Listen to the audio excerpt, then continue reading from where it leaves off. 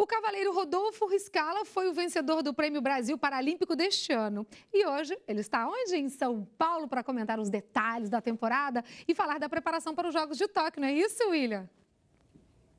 Isso mesmo, Dani. Estou aqui ao lado do Rodolfo. Rodolfo, muito obrigado por ter aceitado o nosso convite, participar aqui do estádio. Rodolfo, na verdade, você está de passagem aqui por São Paulo, né? Veio para receber o Prêmio Paralímpico pelas conquistas desse ano. Foram 2 medalhas de prata no campeonato, nos Jogos Equestres Mundiais. Queria que você começasse falando dessas conquistas. Esse ano foi extraordinário. A gente preparou para o Mundial mesmo e o Mundial a gente conseguiu ter super resultado. Então, ter essas 2 medalhas de prata que são inéditas assim, para o Brasil, e fazia bastante tempo que o Brasil não tinha medalha nenhuma em modalidade nenhuma, então foi bem bacana. Bom, você compete no hipismo de adestramento e você é um atleta que fez a transição do hipismo de adestramento convencional, que a gente pode dizer, né, do clássico, para o paradesporto. E essa transição foi muito rápida, né? Conta um pouquinho da sua história para a gente, Rodolfo. Eu sempre trabalhei com cavalo, montei e fiz adestramento. Em 2015 eu peguei uma meningite bacteriana. Em 2016 eram jogos. E em janeiro eu voltei a montar, na realidade mais para março, e consegui classificar para os Jogos do Rio. E aí depois, desde os Jogos do Rio, a gente vem fazendo, na realidade agora os dois, né? Eu voltei a fazer o convencional e o paradesporto também. E até nessa tentativa de conciliar os dois, o ano que vem deve ser uma temporada bastante cheia pela tentativa de participar dos Jogos Pan-Americanos de Toronto, porque o hipismo de adestramento não tem no Parapan. Não, o adestramento não tem no Parapan. Os Jogos Pan-Americanos que vão ser em Lima é uma coisa que a gente sempre prepara para o Brasil, é super importante, porque também pode permitir à equipe do Brasil do adestramento clássico a classificar para os Jogos de Tóquio, né? Então é uma coisa importante. Para mim, pessoalmente, também é importante também participar da equipe do convencional e do para. O para a gente também tem que classificar para Tóquio pelo ranking, então tem que conciliar as duas coisas. Tudo isso também conciliando com o trabalho ainda, né? Você não mora no Brasil, você mora na França, lá treina e concilia. Como é que é essa sua rotina de conciliar o trabalho com os treinamentos? Eu começo cedo, porque eu vou montar cedo, eu tenho que estar a cavalo entre 7h30 e 8 horas no máximo.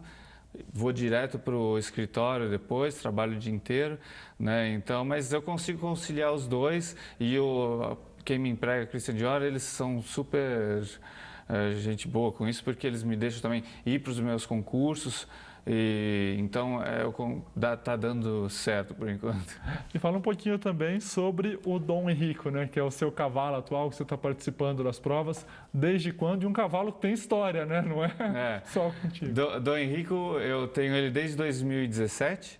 Ele me foi emprestado pela Anne-Kathrin Liesenhoff, que ela e a mãe dela, as duas foram campeãs olímpicas já pela Alemanha, de adestramento. Então, são pessoas que eu conheci meio por sorte, na casa de um terceiro amigo. Então, eles são super bacanas e o cavalo mora comigo em Paris desde então. E a gente se dá super bem. O cavalo ele é sensível, tem os humores dele, mas desde então a gente só teve super bons resultados. E falando desses resultados, o segredo está num trabalho em parceria, né? A relação com esse cavalo vai porque sua irmã trabalha com ele, sua mãe saiu aqui do Brasil para ir trabalhar com você na França. Conta um pouquinho também dessa experiência familiar no esporte.